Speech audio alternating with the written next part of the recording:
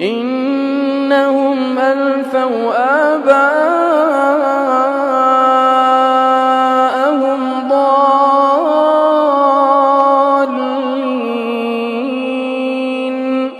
فهم على آثارهم يهرعون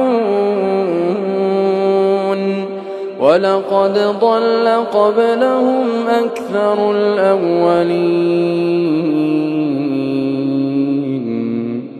ولقد أرسلنا فيهم منذرين فانظر كيف كان عاقبة المنذرين